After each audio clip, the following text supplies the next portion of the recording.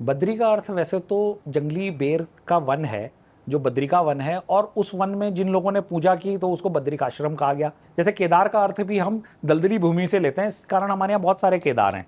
लेकिन जब केदार का नाम जो है, क्योंकि हमारे यहाँ पहले केदार, 5 केदारों की अवधारणा 1725 के बाद से तो मिलनी शुरू हुई जाती है, जब गढ़वाली राजा ने पंच केदारी यात्रा की थी, आपका प्रदीप शाह के समय की।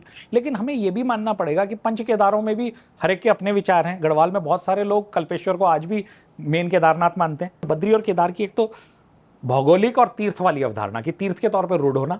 दूसरा मुद्दा है कि पुराने राजा जो कार्तिकेयपुर के थे, उन्होंने तो उसको जो है ताम्रपत्र चढ़ाए ही थे, जो लखनऊ संग्रहालय में आज भी है। उसके बाद उनके उत्तराधिकारी राज्य के तौर पे चंद राजाओं के पास, क्योंकि कार्तिकेयपुर पूरे गढ़वाल, पूरे कुमाऊं, हिमाचल के क्षेत्रों और आधे नेपाल पे भी था, करनाली तक, तो हम ये कह सकते हैं कि चंद राजाओं ने 2 कार्य किए। अगर मैं पहाड़ी भाषा का प्रयोग करूं तो एक तो नाली थामी दीनी, मतलब जो पुरानी जमीन जो चढ़ा रखी थी उसको मान लिया, और दूसरी नाली लगाई दीनी, मतलब नई भी लगाई। तो वो दोनों ही विषय हम बात करेंगे उस पर, और उसके क्या क्या आर्थिक प्रभाव है उस पर हम और बात कर सकते हैं।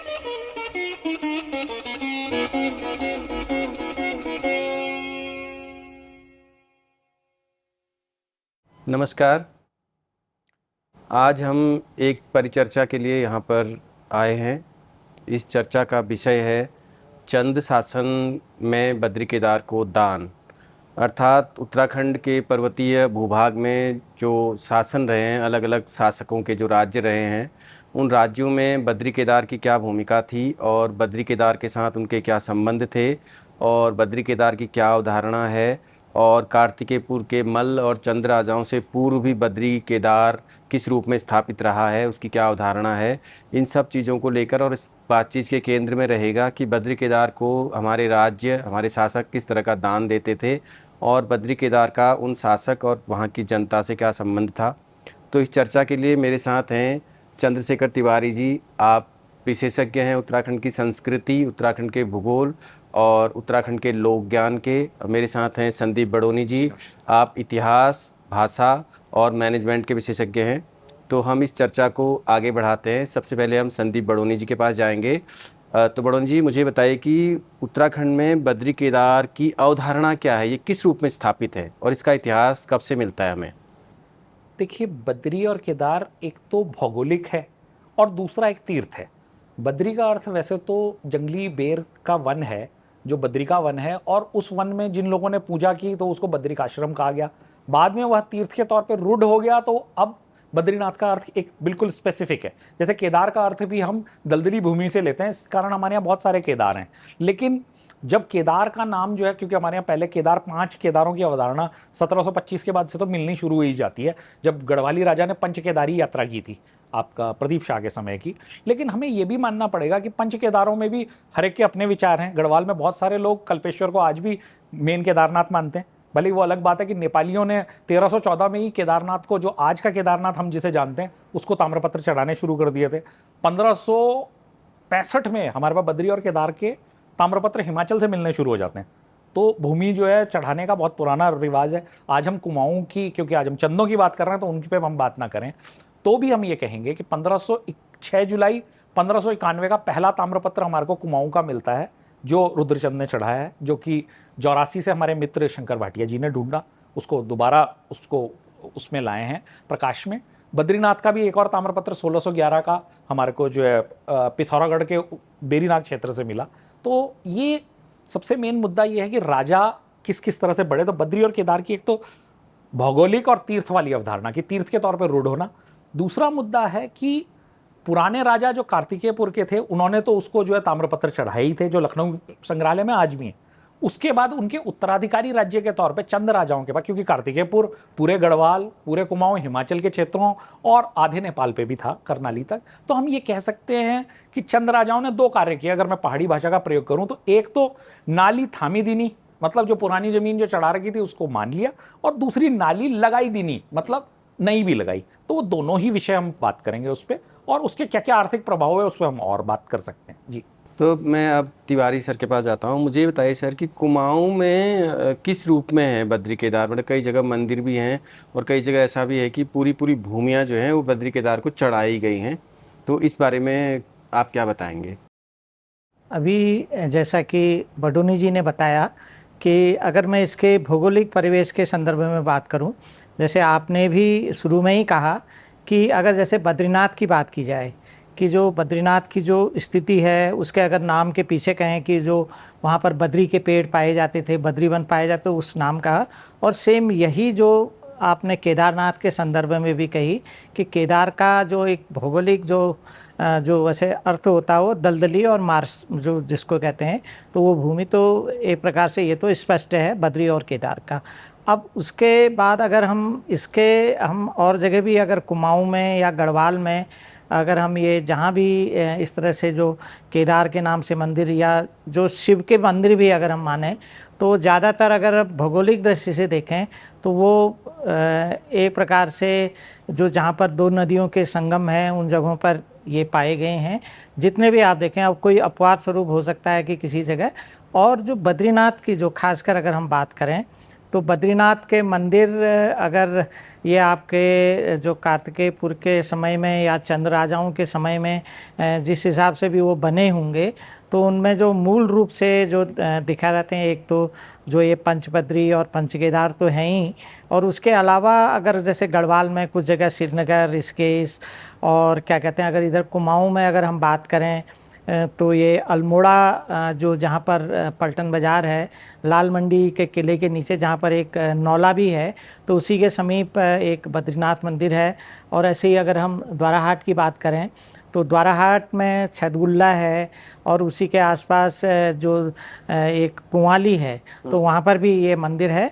और सबसे बड़ी बात है जैसे कि अभी ये कहा कि जो बद्रीनाथ और केदार को जो भूमि या जो भी कर व्यवस्था जो जिस तरह से थी, वो ज़्यादातर मैंने ये देखा कि अगर कुमाऊं की मैं खासकर बात करूं तो वो ऐसी जगह जहां उपजाऊ भूमि कि जहाँ से ज़्यादा अन्न मतलब उपजता था और कर के रूप में वहाँ से ज़्यादा मतलब उस दिया जाता था। तो देखिए जैसे गरुड़ की व्यवस्था पर हम थोड़ी देर में लौट कर आएंगे। ठीक है। तो उससे पहले स्थिति है कि जो केदार नाम के मंदिर हैं वो केवल न सिर्फ घाटियों में बल्कि ऊंची जगहों में भी पाए गए हैं, जैसे छिपला केदार, जैसे थल केदार।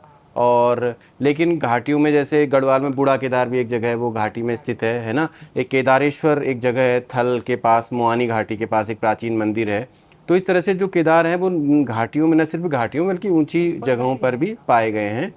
तो अब हम वापस जाते हैं बडूनी जी के पास। तो बडूनी जी बताइए कि मंदिर है, केदार है, बद्री है, तो चूंकि आप जानते हैं कि उत्तराखंड में उस समय 5-6 मतलब एक तरह से छोटे छोटे राज्य उस समय स्थापित थे, तो क्या सभी की मान्यता इन 2 मंदिरों के प्रति थी या अलग अलग मंदिर उन्होंने अपने स्थापित किए हुए थे? मतलब इसको किस तरह से आप देखते हैं इसका? देखिए, देवता जब आप राज्य निर्माण की जो आप नीतियां देखते हैं तो कई लोग मानते हैं कि राज्य निर्माण का जो है 3 मूल आधार हैं। हमने जगन्नाथ मंदिर वगैरह में इसमें डिस्कस किया है। तो पहला ये था कि आप जो है देवताओं को बनाते हैं, मंदिर बनाना।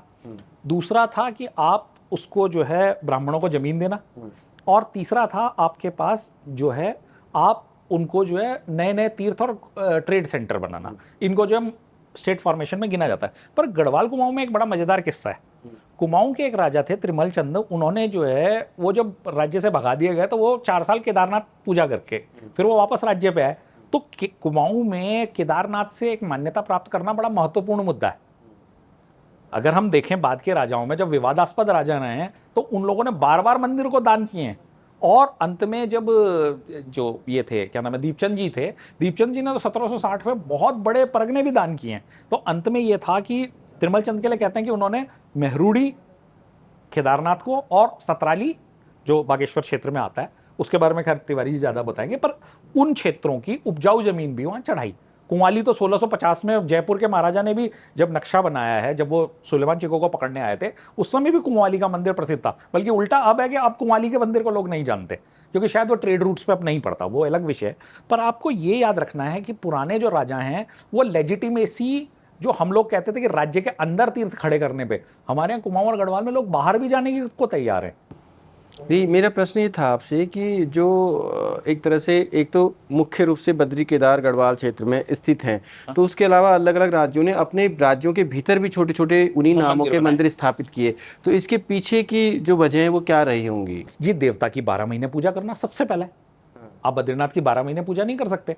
तो अगर आप करगेत में मंदिर बना रहे हैं, मान लिया, अब जैसे माना जागेश्वर मंदिर समूह है तो पूरा समूह है, उसमें तो कहा जाता है कि 4 धाम के मंदिर एक ही जगह स्थापित हैं और राज्य उन्होंने के 12 महीने पूजा कर ली, लेकिन अब बद्रीनाथ अगर कोई स्पेसिफिक पूजा करनी है तो आपने पुराने जो कार्तिकेयपुर वाले राजा थे उन्होंने गढ़शेर बनाया, कुंवाली बनाया, हमारे कुमाऊनी चंद राजाओं ने उसके बावजूद, जब 2 थे, उस द्वाराहट में भी था, सॉरी मैं द्वाराहट भूल गया, वो तो कत्यूरों के तो 2-3 पहले से ही बनाए हुए थे कार्तिकेयपुर वालों ने, उन्होंने उसके बावजूद भी उन्होंने करगेत में बनाया, बल्कि करगेत में पूजा करने के लिए पीलीभीत से स्पेशली ब्राह्मण बुलाए जिन्हें करगेत ही नाम दिया गया। करगेत का मंदिर बहुत सुंदर है लकड़ी की कला में।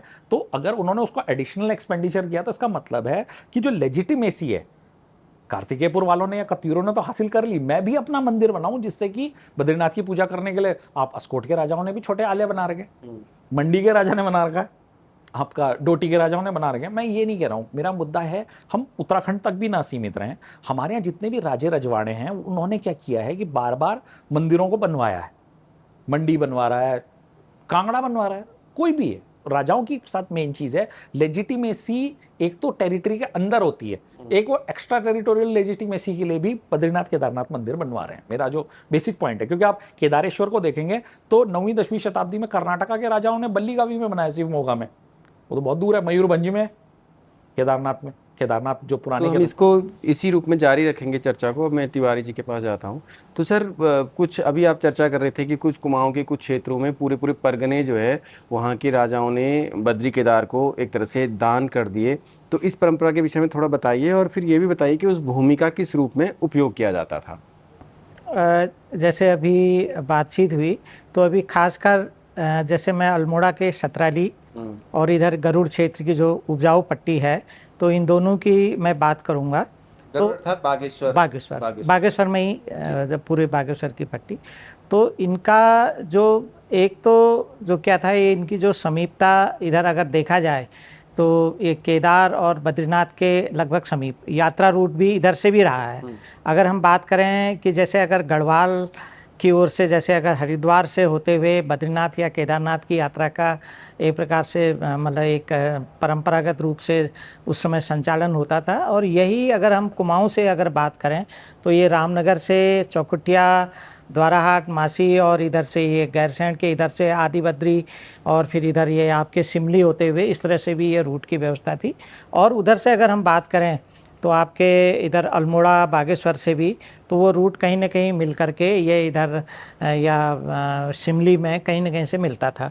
तो ये कहीं ना कहीं इस तरह से एक तो जो यात्रा रूट से नज़दीक रही तो इसका भी प्रभाव ज़्यादा रहा। और दूसरा एक जो अभी इससे पहले आपने बात कही कि जैसे अगर ये क्या कहते हैं जो इस रूप में कर के रूप में दिया जाए, तो मैं एक उदाहरण देना चाहूँगा कि जो सतराली की बात कही तो मुझे एक अभी तुरंत एक इस पर एक मुझे वहाँ जो सतराली में प्रचलित है एक आख्यान मुझे याद आया कि एक बार कुछ राजाओं ने सतराली के जो यहाँ पर जो ब्राह्मण इन लोगों पर या जो भी खेती बाड़ी करते होंगे उन पर कर कुछ लगाया होगा। तो उन लोगों ने विरोध स्वरूप क्या किया कि उन्होंने कि भाई एक तो मतलब खेती इतनी कम है वहाँ, और कुछ जो क्योंकि ब्राह्मण लोग खेती कम करते हैं और जिनके पास रही वो भी अलग बात है। तो उन्होंने विरोध प्रकट करने के लिए उन्होंने ये कहा कि अगर आप इस ज़मीन में कर लगा रहे हैं या किसी तरह से वो दे रहे हैं, तो उन्होंने अपने घरों की छत में वो टोकरियों में ऐसे बो करके विरोध, उन्होंने कहा आप लोग कर, अब यहाँ थोड़े लो, आपने तो ज़मीन में दिया है लेकिन इन पर थोड़े लो।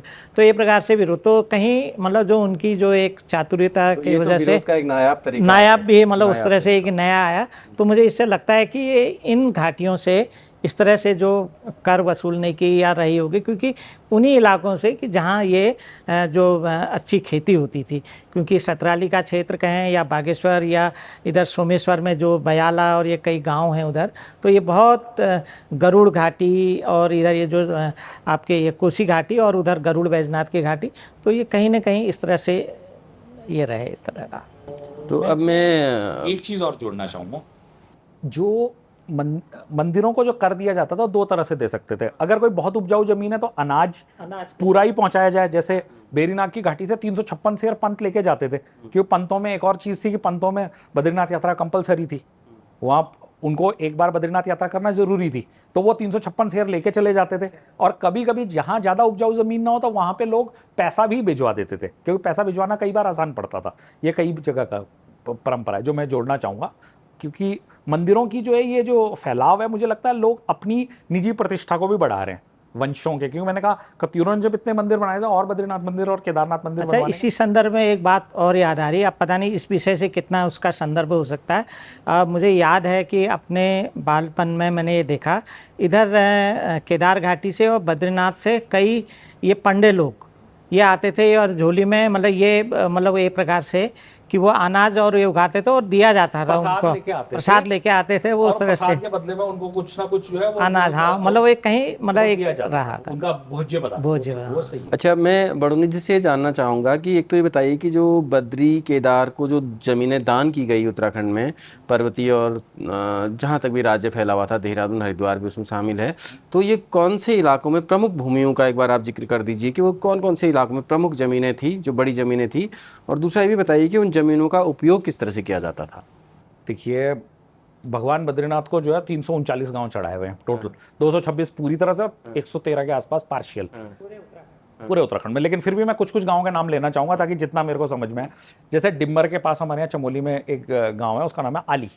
तो आली को इसलिए चढ़ा रखा था कि आली राजा के अलावा केवल वही तेल देता है, तो वो बिल्कुल अलग हो गया। उसका ताम्रपत्र 1717 का आली गांव के डिमरियों के पास आज भी है। उनके अलावा कोई तेल नहीं देता, राजा देता है या तो आली गांव के डिमरी देंगे, बाकी कोई तेल नहीं देता। एक दूसरा 1611 का लक्ष्मण चंद का ताम्रपत्र है बड़ेत का। तो बड़ेत का गांव का नाम तो बदल गया है, और वो जिन पंतों को दिया था वो पंतों का तो खैर है नहीं कोई फैमिली में, लेकिन जो दूसरे पंत उनके भाई बंद थे, बसु पंत क्योंकि प्रधानमंत्री थे, तो उन्होंने लक्ष्मण चंद के प्रधानमंत्री ने वो आज भी वो जमीनें 356 शेर जो भात था वो 1967 तक जाता था। और गढ़सेर का बड़ा प्रसिद्ध किस्सा है, क्योंकि गढ़सेर के बिष्ट अकेले थोकदार हैं जिनको अभी भी बद्रीनाथ का प्रसाद खानदानी तौर पर मिलता है। ये गढ़सेर का जो है, जो बागेश्वर का जो क्षेत्र है, उसमें गढ़सेर का मंदिर को तो वो देते ही हैं, वो क्योंकि इतना अच्छा अनाज देते थे, भात क्या बोलते हैं इसे, क्या नाम है इसका, बद्रीनाथ भगवान को, कि बद्रीनाथ भगवान का स्पेशल प्रसाद कुमाऊं के राजा, गढ़वाल के राजा और गढ़सेर के बिष्टों को मिलता है, वो हमेशा का ट्रेडिशन है। तो मैं कुछ कुछ मूल गांव कह सकता हूँ, मैं 300 में तो नहीं जाऊँगा। और मैंने जैसे कहा बागेश्वर में सतराली और मेहरूड़ी के बारे में तो एक कहावत भी है कुमाऊनी में कि जब राजा ने उसको दान करने के लिए उसको क्या किया, उसने कई कई पट्टियों से गांव इकट्ठे किए और उसके बाद जोड़ी जोड़ी मेहरूड़ी, मतलब एक हद तक हमारा जो है अलग अलग चीज़ों को जोड़ के पट्टी बनाई गई है, वो परगना बनाया गया, आई एम सॉरी। तो हम ये कहेंगे कि सतराली और ये तो प्रसिद्ध हैं, पर बद्रीनाथ का जो मेन अगर कहेंगे आप, तो आप बेरीनाग के पास का क्षेत्र कहेंगे कुमाऊं में, क्योंकि ऊपर का जो सीरा का जो क्षेत्र है, डीडी हाट का जिसे क्षेत्र कहते हैं, उसमें जो वो चढ़ी हुई हैं ज़मीनें, आपके जो आप सीरा का देश का दफ्तर पढ़ेंगे डॉक्टर प्रयाग जोशी की, तो उसमें क्लियर है कि 46 BC, 46 नाली बोलेंगे ना, नाली, तो 20 नाली का जो क्षेत्र है, 46 BC जमीन जो है वो बद्रीनाथ को चढ़ी हुई और 17.5 BC केदारनाथ को चढ़ी हुई। तो कुमाऊनी राजाओं ने उसको बार बार, मैंने फिर कहा, एक थामी दीनी है और एक लगाई दीनी भी है, मतलब या तो पुराने दान को आप लगातार जारी रख रहे हैं और उसके बाद उसको बढ़ा भी रहे हैं, और फिर उस पैसे का क्या यूज़ हो रहा है वो बड़ा महत्वपूर्ण है। क्योंकि मंदिर साहूकार है, वो राजाओं को कर्जा देता है, लोगों को कर्जा देता है, बीज कर्जे में देता है, उसमें 25% ब्याज लेता है, और इन्वेस्टर भी है क्योंकि उसको ज़मीन, उसको फ्री ट्रेड अलाउड है तिब्बत वगैरह में, तो वो क्या करता है कि उसको बदले में से केवल प्रसाद देना है, तो वो लोगों से पैसा लेके उसमें इन्वेस्टमेंट भी कर रहा है। तो इसमें कुछ ज़मीनें शायद देहरादून की भी थी, जैसा एक बार आप बता रहे थे। देहरादून में आप एग्जैक्टली मैं कहूँगा तो डोभाल वाला था, डोभाल वाला, तो वो तो खैर विवादास्पद है, खैर मैं उसमें ज़्यादा नहीं जाना चाहूँगा, पर हाँ डोभाल वाला की ज़मीनें, जोगी वाला की तरफ का भी एक बार आपने कोई तथ्य रखा था कि डोभाल, जोगी वाला वो दूसरे वालों का है, उनका नहीं है, वो जैसे भोगपुर है वो है केदारनाथ का, भोगपुर अलग चीज़ है, पर वो फिर अंग्रेजों ने उसको नहीं माना, वो अलग विषय है। पर हाँ, डोभाल वाला को गोरखों ने जो है डोभालों से छीनकर जानबूझ के बद्रीनाथ को चढ़ा दिया। ये एक और डीडी शर्मा साहब बताते थे कि पहाड़ों में मंदिरों को जमीन भूमि चढ़ाने का ये भी कारण है ताकि आक्रांता जो है उसको नष्ट ना करें, क्योंकि देवता की जमीन हो जाती है। ये बड़ा मुख्य प्रश्न था। और इसमें हमने एक और जंगलों को वनों को चढ़ाने की, वनों को देवताओं को चढ़ाने की परंपरा आज भी है, वो तो अलग है। ये कर रहे हैं कि हमारी जमीन लूट ना जाए तो इसलिए वो आप भगवान को चढ़ा दो। नहीं, उसमें कंसेप्ट तो देवता का ही है ना। हाँ, अंततः और उस कॉन्सेप्ट को और आगे बढ़ाते हुए इन लोगों ने क्या किया, बाज बहादुर चंद ने गढ़वाल में जो विजय प्राप्त की वो सारी की सारी पिनाकेश्वर को चढ़ा दी। पिनाकेश्वर एक और मंदिर है, हाँ, पिनाकेश्वर और गणनाथ। हाँ, तो पिनाकेश्वर बहुत प्रसिद्ध मंदिर है, पिनाकेश्वर को गढ़वाल की जमीनें चढ़ी हुई हैं। तो हर एक तरह की भक्ति है, मैं उसमें नहीं जा रहा, लेकिन जो जमीनें हैं वो दो तरह से आएंगी, या तो अनाज मिलेगा और या तो धन मिलेगा। मुद्रा का काम होता है, पर मुद्रा आम आदमियों के पास नहीं थी। मुद्रा हमेशा किसके पास मिलती थी? मंदिरों के पास। आज भी मंदिरों की खुदाई करते हुए कई बार मुद्रा संचय मिल जाते हैं, क्योंकि आम आदमी के पास मुद्रा नहीं थी। तो वो जो मुद्राएं हैं, उन मुद्राओं के बारे में भी तो वो किस तरह से प्रयोग करते हैं। साहूकार थे मंदिरों के पास बहुत ज़्यादा धन था, और मंदिरों की शुद्धकारी या ऑडिट भी होता था हर 6 महीने में। जो राजा, उसके ऑडिट भेजा जाता था। राजा ने जो ऑडिट भी भेजे हैं भगवान बद्रीनाथ को, और कुमाऊनी राजा ने भी शुद्धकारी के लिए भेजे हैं। शुद्धकारी के लिए जो एग्जैक्टली जो व्यक्ति भेजे गए थे, उनका नाम आप बोल सकते हैं। नैनीताल के पास एक गांव है ढुंगसिल, पांडवों का, ढुंगसिलिया पांडे। भीमताल के, हाँ, भीमताल के पास। तो ढुंगसिलिया पांडे जो है, ढुंगसिलिया पांडे में शिवदेव जी आए थे। तो वो एक बड़ा मजेदार विषय है उस। तो वो जो एक बिंदु मैं उठा रहा था ना बीच में, कि वो जो भूमि थी, हम मंदिर की भूमिका पर थोड़ी देर बाद आएंगे। तो पहले तो बताइए कि वो जो भूमि थी ना, जैसे दान कर दी, तो उसका क्या पूरी जमीन पर जो अनाज पैदा हो रहा है वो मंदिर को मिलेगा, या उस जमीन में जो अनाज पैदा हो रहा है उसके बराबर मूल्य मंदिर को देना होगा? तो अंततः इसका ट्रेड क्या है, मतलब इसको एस्टेब्लिशमेंट क्या है इसका? मैं वही बताना चाहूंगा। देखिए, पहले तो हमें देखना पड़ेगा करारोपण कितना हो रहा है। तो देखिए, किसान है, तो किसान ने मान लिया गढ़वाल में खेती कर रहा है, तो उसे 15% टैक्स देना है टोटल मिला के। 15% टैक्स वो राजा को जाएगा। 2 तरीके हैं, या तो 15% टैक्स राजा ले ले और राजा उसके बदले में कैश उनको दे दे। किनको? अपने, क्या नाम है इनका, मंदिर को। या दूसरा रास्ता ये कि मंदिर कलेक्ट करे, या मंदिर अपना कोई मैनेजर रखे। जैसे हमारे यहाँ बरदार पट्टी में नौटियाल थे, बेरीनाग में पंत हैं, वो 2 मंदिर के मैनेजर हैं। क्योंकि बद्रीनाथ बड़ा मंदिर है, बद्रीनाथ के 18-20 जमीनों के अलग अलग मैनेजर। कुछ जगह सुंदरियाल मैनेजर हैं पौड़ी में, कहीं पंत हैं, कहीं पे जोशी हैं। ये इसी का मैं उदाहरण दे रहा हूँ। जैसे गणानाथ मंदिर की बात करूँ मैं सदा, तो वहाँ जो बाबा, ये जो नाथ संप्रदाय के जो होते हैं ना, तो गिरी लोग जो गृहस्थ आश्रम, तो वही संभालते हैं। वो तो नाली ले जाएंगे। नाली लेके अभी भी वो व्यवस्था चलती तो है। नाली पे मोहर लगाई रहती थी राजा की। तो वो 3 हिस्से वो कहते थे कि एक मंदिर के दैनिक पूजा पाठ के लिए, और एक जो वहाँ अभ्यागत आते हैं उनके लिए, और तीसरा जो वो मतलब उनकी भी आजीविका चलती है। जो टेक्निकल भाषा में बोलूंगा, एक दीवा बाती, हाँ दिया बाती, हाँ, एक भोग पे, हाँ, प्रसाद पे, और तीसरा सदाव्रत, मतलब मुफ्त का जो खाना। आए जो तो वो ठीक है, लेकिन मुद्दा ये है कि टैक्स कितना। अब कुमाऊं में टैक्स 45%, वो उससे ऊपर है। तो 45% आप देके बाकी 55 आप अपने घर ले जाओ। गढ़वाल में वो 85% ले जा सकते हैं। शायद उपजाऊ जमीन थी नहीं गढ़वाली, राजा उतना टैक्स नहीं लेता था, वो अलग विषय। लेकिन आपको ये याद रखना है कि अब हिमाचल में जमीन चढ़ी, हिमाचल में फिर 45 है। तो इसलिए आप ये नहीं कह सकते कि वो टैक्स देना है या टैक्स के बराबर कैश देना है। वो सब राजाओं की इच्छा है और किस तरह से मैनेजमेंट हो रहा। मैं उस पर एग्जैक्टली एक जगह नहीं कह सकता कि 300 गांव हैं, मैं फिर कहूँगा, और 226 पूरे चढ़े हुए, 100 कुछ चढ़े हुए। फिर अंग्रेजों के आने से एक और यही बड़ी परेशानी हुई। केदारनाथ ने जिन गाँवों में आधी उन पर टैक्स लगा हुआ था, तो राजाओं की आदत क्या थी कि अगर उस, मान लिया मंदिर को जब चढ़ाएगा 5 रुपए का था, बाद में 75 का हो गया, तो 70 रुपए का जो आधा होगा, 75 रुपए का, उसका आधा टैक्स केदारनाथ को जाएगा। अंग्रेजों ने कहा नहीं, अंग्रेजों ने 5 रुपए का आधा 2.5 चढ़ेगा, जो 70 रुपए है उस पर हम जब तक उसको एक्सेप्ट नहीं करेंगे तब तक आपको नहीं चढ़ा सकते। इसलिए भी मंदिरों की स्थिति खराब हुई। और मंदिरों ने जब कैश देने की कोशिश की, तो जैसे ही महंगाई बढ़ी, उसकी वजह से उनकी स्थिति खराब हो गई। वो मंदिर का अलग। तो मंदिरों की बाकी भूमिका पर हम कुछ देर बाद आएंगे। मुझे तिवारी जी बताइए कि जो जहाँ जिन इलाकों में आप संपर्क में रहे या जो आपकी जानकारी में है, तो मंदिरों की, खासकर बद्री केदार से जुड़े हुए जो मंदिर कुमाऊं क्षेत्र में रहे हैं, जहाँ जहाँ, उस भूमिका को आपने किस रूप में देखा है? मतलब पुजारी कौन लोग होते हैं, प्रबंधन कैसे होता है, और क्या उनका सीधा संबंध बद्री केदार से है या वो इंडिपेंडेंटली अपना काम करते हैं? कैसे चलती है उनकी व्यवस्था?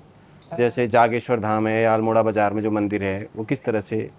अगर मैं खासकर, क्योंकि मेरी ज़्यादा इसमें जो इतिहास विषय पर तो जानकारी नहीं है, लेकिन जो मैंने एक अपने जो प्रत्यक्ष अवलोकन से देखा, मैंने विशेषकर एक आपके बागेश्वर के बागनाथ मंदिर, और एक गणानाथ के मंदिर, और एक थोड़ा सा जागेश्वर के बारे में मैं ज़रूर बताना चाहूँगा।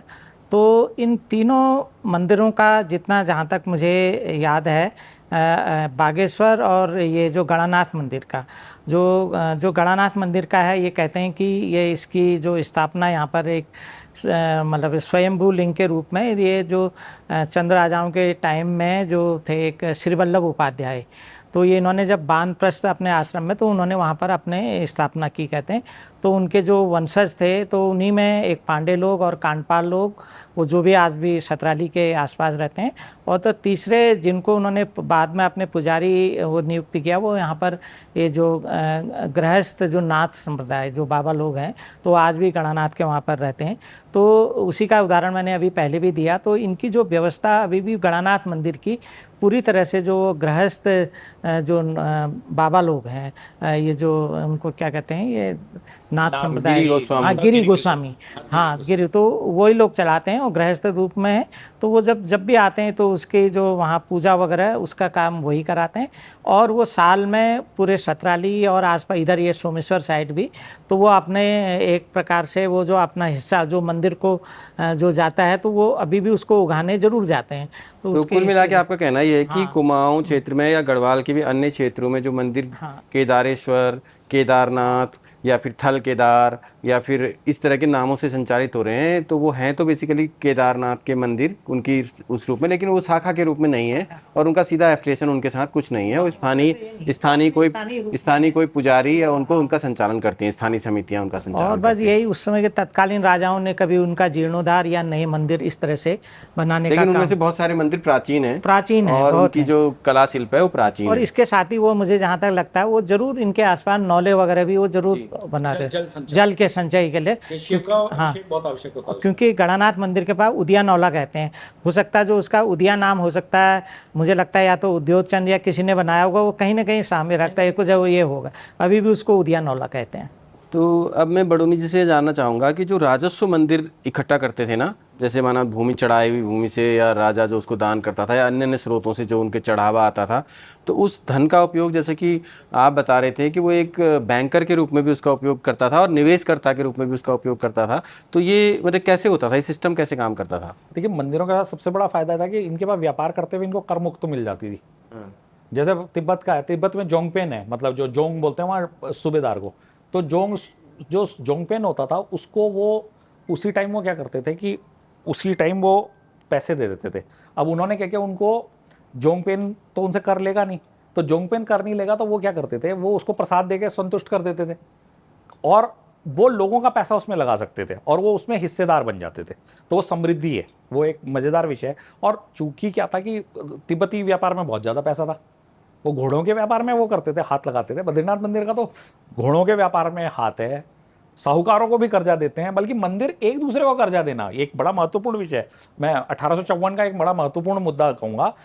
बद्रीनाथ मंदिर की आर्थिक स्थिति इसलिए खराब हो गई क्योंकि आपने जैसी रोड बनाई, लोग इतने ज़्यादा आ गए कि सदावर्त का भोजन जल्दी खत्म हो गया, तो ब्रिटिश सरकार उनकी मदद नहीं कर सकती थ्योरेटिकली। तो उन्होंने कहा मंदिरों से कर्जा लो, तो उन्होंने कमलेश्वर और केदारनाथ से कर्जा लिया, क्योंकि कमलेश्वर केदारनाथ का की स्थिति ठीक थी और केदारनाथ में तो खैर उस टाइम रोड पहुंची कि आज भी नहीं पहुंची, तो उन्होंने उनसे कर्जा लिया। तो मंदिर आपस में कर्जा लेना और बैंकिंग, उसमें बहुत कॉम्प्लिकेटेड इश्यूज हैं। वो कह रहे हैं 15% ब्याज पे तो उनकी बेसिक वो है अगर जमानत के साथ, और बिना जमानत के 25% ब्याज दे रहे हैं, और जो ये अनाज का कर्जा है वो तो 25% साल पे दे रहे हैं। वो उसमें वो बहुत पैसा कमा रहे हैं, मैं उसके ऊपर नहीं कहा, इसलिए मंदिरों के पास बहुत ज़्यादा धन था। तो ये बैंकिंग की भी भूमिका रही ना, बैंक की तो भी। जागेश्वर से और बद्रीनाथ से चंद और पवार राजाओं ने कर्जा लिया है, इससे कोई मना नहीं कर सकता अभी भी। अब एक लगभग आखिरी सवाल मैं आप लोगों से करना चाहूँगा कि ये जो पूरी स्थिति आप लोगों ने चर्चा की कि भाई किस तरह से बद्री केदार मंदिरों को दान की परंपरा रही है, किस तरह से वो उस धन को संचय करते थे, किस तरह से वो व्यापार करते थे, किस तरह से सदाव्रत करते थे, एक पूरा जो मैकेनिज्म बना हुआ था। फिर ब्रिटिशर्स के आने के बाद वो कुछ हद तक वो पूरा तंत्र कमज़ोर हुआ। तो अब मुझे बताइए कि क्या इस पूरे सिस्टम को रिस्टोर भी किया जा सकता है वर्तमान स्थिति में, और मतलब किस तरह से इसका संचालन वर्तमान में चल रहा है, और क्या आप सोचते हैं कि वो जो प्राचीन जो तंत्र था, क्या उसको हम उसी रूप में चला सकते हैं, क्या वो बेहतर था, मतलब क्या भूमिका हो सकती है बद्री केदार की वर्तमान परिप्रेक्ष्य में? देखिए, उत्तराखंड की अर्थव्यवस्था में बाहर से पैसा आने का सबसे बड़ा स्रोत मंदिर रहे, चाहे ट्रेड कहें आप, इकोनॉमी कहें, चाहे कैश इन्फ्यूजन कहें, आप जैसे भी बोल सकते हैं, मैं वैसा नहीं कह रहा। क्योंकि कई लोग कहेंगे कि अब आप आंध्रा के एक विजयनगरम डिस्ट्रिक्ट में ही इतनी सारी ज़मीनें दान कर रही, तो वो एक अनाज के तौर पे करा या पैसे के तौर पे, जैसे भी आता था, मैं वो नहीं कह रहा। अब मुद्दा वो नहीं है कि पैसा आता था, हमारा सबसे बड़ी परेशानी है कि उसको सबसे ईमानदारी से प्रयोग करके और लोगों की अगर अच्छे काम के लिए किया जाए। क्योंकि सबसे बड़ी जो परेशानी है जो मुझे लगती है, खैर बाकी लोग बहस कर सकते हैं इस पर मेरे को लगता है कि अगर आप हेल्थ सर्विसेज सुधारने के लिए मंदिर अगर हॉस्पिटल खोलें और एजुकेशन में काम करें,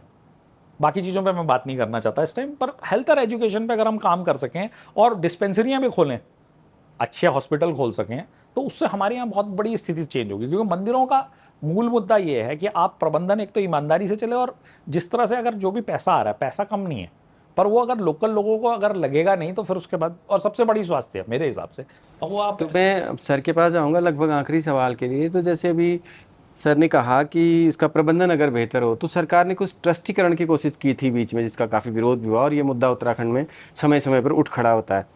तो आप इस बारे में क्या सोचते हैं कि क्या ये सरकार के नियंत्रण में होना चाहिए, क्या ट्रस्टों को रिन्यूअल करना चाहिए, क्या कुछ नए लोगों की उसमें भूमिका होनी चाहिए, या परंपरागत रूप से वो जैसा चल रहा है उसको उसी रूप में चलते हुए उनके वित्त प्रबंधन को और बेहतर ढंग से देखा जाना चाहिए? इसमें बेहतर रास्ता क्या हो सकता है? कुल मिला के अगर जैसे बात की जाए, चाहे कोई भी संस्था करे, चाहे सरकार करे या स्थानीय लोग करें या मंदिर सेवक करें, लेकिन उसमें बेसिक जब तक ईमानदारी नहीं हो, तो मतलब अगर ईमानदारी अगर तीनों में किसी तरह से रहे, मैं समझता हूँ कि कोई भी है वो उसको बड़े अच्छे ढंग से काम कर सकता है। एग्जाम्पल दूंगा गढ़वाल का। गढ़वाल में जब से बरदार पट्टी की जमीन है नौटियालों के पास थी, गिर के, तो गिर के नौटियालों ने इतनी अच्छी चलाई कि लोग आज तक तारीफ करते हैं। और 67 में जब जमींदारी खत्म हुई, लोग बोलते हैं कि बेईमानी चल रही है जो बाकी बची हुई जमीन है, जबकि बद्रीनाथ केदारनाथ टेम्पल कमेटी का अच्छा काम होना चाहिए था। तो हम यहाँ सरकार और उसकी विरोध नहीं कर रहे हैं, हम ये बोल रहे हैं कि कोई आदमी, चाहे वो जैसा भी था, जमींदार था, जो भी था, अगर वो ईमानदारी से काम कर रहा हो तो हमें कोई परेशानी नहीं। पर मुद्दा ये कि वो लोगों के वहाँ लोगों पे लगे तो ठीक है, और लेकिन जनहित में होना चाहिए। जैसा आपने कहा कि कम से कम भाई कम से कम स्वास्थ्य, डिस्पेंसरियां शिक्षा, नहीं बनती। आप कहते हैं 6 महीने की आपकी यात्रा होती है, अगर उन्हें 12 महीने हेल्थ नहीं मिल सकती तो ऐसी यात्रा का तो फिर फायदा मैं नहीं कहूँगा, क्षमा चाहूँगा। कुल मिलाकर इस बातचीत से निकल कर आया कि एक तो ये कि जो बद्री केदार है उसकी उत्तराखंड पर्वतीय क्षेत्रों में बड़ी भूमिका रही है। वो चाहे बैंकर के रूप में, चाहे निवेशक के रूप में, चाहे एक तरह से कर्जदाता के रूप में, लोगों की समाज सेवा के रूप में बड़ी भूमिका रही है। और वर्तमान में भी एक तरह से जो जितने लोग इन मंदिरों में आते हैं, तीर्थ यात्राओं में आते हैं, तो ये मानना वक्ताओं का रहा कि उनकी बड़ी भूमिका अभी भी हो सकती है। और प्रबंधन के रूप में वक्ताओं का मानना रहा कि जो भी व्यक्ति उसका प्रबंधन करे, चाहे कोई संस्था करे, चाहे परंपरागत रूप से उस पर उसका प्रबंधन कर रहे ट्रस्टी लोग रहें या सरकार उसका प्रबंधन करे, जो भी रहे, उसमें पारदर्शिता, ईमानदारी और समाज सेवा की सोच उसमें ज़रूर होनी चाहिए। तो इन्हीं सब वक्तव्यों, बातचीत के साथ हम अपनी चर्चा को यहीं पर विराम देते हैं। आज की चर्चा का जो विषय था वो ये रहा कि चंद शासन में बद्री केदार को दान मिलने की जो परंपरा रही और उसके प्रबंधन और व्यवस्थाओं के जो सवाल रहे। तो आप दोनों वक्ताओं का धन्यवाद। जी नमस्कार। नमस्कार।